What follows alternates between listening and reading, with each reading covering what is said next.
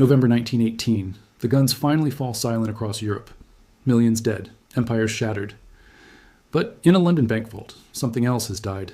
The gold standard that held the world economy together for a century. Here's what they don't tell you. World War I was not won on the battlefields alone. It was won in bank vaults, bond markets, and secret financial rooms where decisions about money determined which armies could keep fighting and which would collapse. Germany didn't lose because its soldiers gave up. Russia didn't fall because of bad generals. Britain didn't survive because of bravery alone. The real war, the one that still affects your money today, was fought with gold bars, printing presses, and IOUs worth trillions. This is the financial war behind World War I. And by the end, you'll understand why your money works the way it does, and why governments can never go back. August 1914. War erupts across Europe. Within days, something unprecedented happens. Panic at every major bank. Depositors rush to withdraw gold. In London, Berlin, Paris, the same scene. People who trusted paper money suddenly want the real thing. And governments realize they have a catastrophic problem. Here's the math that broke the world. Britain held $40 million in gold reserves. Sounds impressive until you know this. By September 1914, Britain was spending $2.5 million per day on the war. Do the math. 16 days. That's how long Britain's gold would last if they actually honored every banknote. Germany? 10 million marks per day. Gold reserves gone in weeks. France? 50 million francs daily. Their vault couldn't sustain it. So they made a decision that changed everything. One by one, every major power suspended gold convertibility. Your paper money could no longer be exchanged for actual gold. That promise, the foundation of trust for generations, was broken. Britain did it August 6th. Germany followed. France made gold exports illegal. Russia locked its vaults. And here's the moment that matters. When governments broke the gold anchor, they discovered something intoxicating. They could print money, lots of it, without limits, without gold backing, just create it. The war didn't just kill millions. It killed the idea that money had to represent something real. Germany faced a brutal reality. The British Navy blockaded its ports. It couldn't borrow from London or Paris. It was financially isolated. So Berlin launched one of history's most ambitious experiments, war bonds. The propaganda was everywhere. Posters of heroic soldiers, children told to sacrifice for the fatherland. Gold I gave for iron. Campaigns where citizens traded gold jewelry for iron rings as symbols of patriotic duty. 9 separate bond drives between 1914 and 1918. The result? Ordinary Germans, teachers, shopkeepers, widows, factory workers, handed over 97 billion marks, nearly 100 billion in savings, poured into government bonds paying 5% interest. Think about what that means. Your grandmother sells her jewelry. Your father invests his life savings. Your neighbor puts his children's inheritance into war bonds. Why? Because the government promised they'd be repaid after Germany won the war. Here's what nobody said out loud. There was no repayment plan except victory.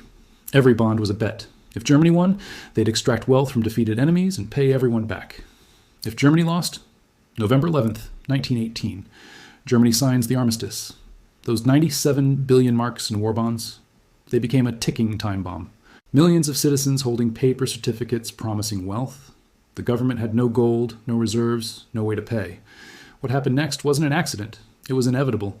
Britain took a different path, one that would reshape the entire 20th century.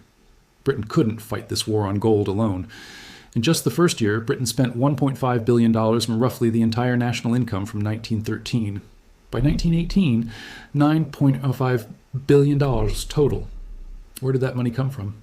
2 sources. First, domestic war bonds, dramatic campaigns, posters of soldiers at the front. Emotional appeals, buy war bonds, support our boys.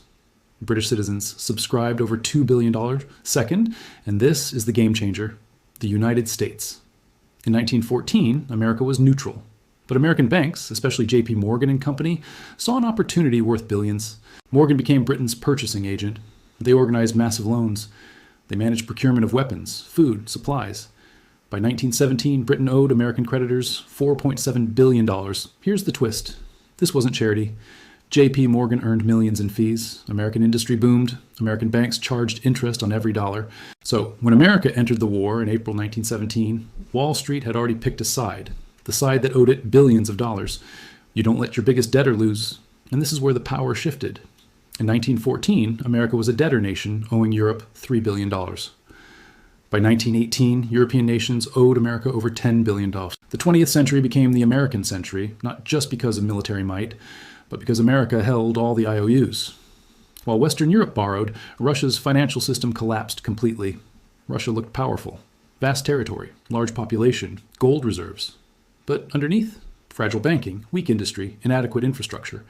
Russia borrowed 7 billion francs from France. It printed rubles endlessly. It burned through gold reserves. None of it was enough. By 1916, inflation was ravaging Russia. Food prices doubled, then tripled. Soldiers went without boots. The ruble became worthless. Here's the crucial point. The Russian Revolution of 1917 wasn't just about ideology, it was about economic breakdown. When money stops working, when bread becomes unaffordable, when currency is worthless, people stop believing in everything. The Bolsheviks seized power in November 1917 and did something shocking. They canceled all imperial debts. Every war bond French citizens bought, worthless. Billions in loans, void. Now let's talk total damage. Allied powers spent $145 billion, or Central Powers spent $62 billion. Total destruction, $207 billion, equivalent to over $3 trillion today. But that doesn't capture it. This was money spent beyond the productive capacity of entire economies. Britain's national debt, $625 million in 1914, $7.4 billion in 1919. France's debt, 33 billion francs, 150 billion francs. Germany's internal debt, 144 billion marks.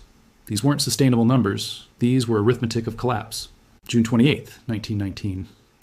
Exactly 5 years after the assassination that started everything, the Treaty of Versailles is signed. Article 231, the War Guilt Clause. Germany is responsible for all war damages. The Reparations Commission sets the figure in 1921, 132 billion gold marks, roughly $33 billion. Here's perspective. Germany's entire GDP in 1913 was 50 billion marks. They were being asked to pay more than twice their entire pre-war economy. But Britain and France needed Germany to pay. French war bonds promised repayment. British citizens expected their money back. Both nations owed billions to America. The only way to make the numbers work was to extract wealth from Germany. Germany tried. They tried exports, but allies imposed trade restrictions. They tried transferring goods, but logistics were nightmarish. Their economy was shattered. Industrial production down 40%, unemployment soaring. Faced with impossible demands, the Weimar government made a fateful choice. Print money. The result? 1921, $1, $60 German marks. November 1923, $1, 4.2 trillion marks. This wasn't just inflation. This was the destruction of reality itself. Workers demanded payment twice daily so they could buy food before prices doubled again. Families burned money for heat because it was cheaper than firewood. Life savings, those patriotic war bonds, became worthless paper. An entire generation learned that promises were lies, that savings were illusions, that the system was rigged. When extremists later promised to make Germany strong again, millions listened. Economic trauma had created political catastrophe. Here's why this matters to you today. Before 1914, money was tied to gold, limited, verifiable, real. After 1918, money became what governments said it was. That transformation has never been reversed. Every dollar in your pocket exists because your government says it does, not because it's backed by gold, because of collective faith in the system. And here's the pattern that repeated. The 1920s. American banks loaned money to Germany. Germany paid reparations to Britain and France. Britain and France paid debts to America. America loaned more money to Germany. Money circulating, nothing resolved. When the 1929 crash came, the whole structure collapsed. American lending stopped. Germany couldn't pay. Britain and France defaulted. The Great Depression wasn't just about stock markets. It was World War I's financial structure finally collapsing. Sound familiar? 2008 financial crisis.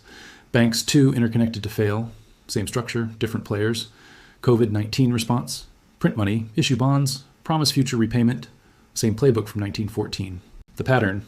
1. Crisis hits. 2. Suspend the old rules. 3. Print money. 4. Issue bonds with patriotic appeals. 5. Promise repayment. 6. Transfer costs to future generations.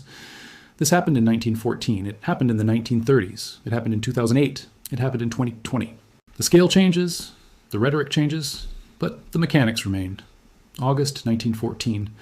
A banker faces depositors demanding gold. He suspends the rules. The world follows.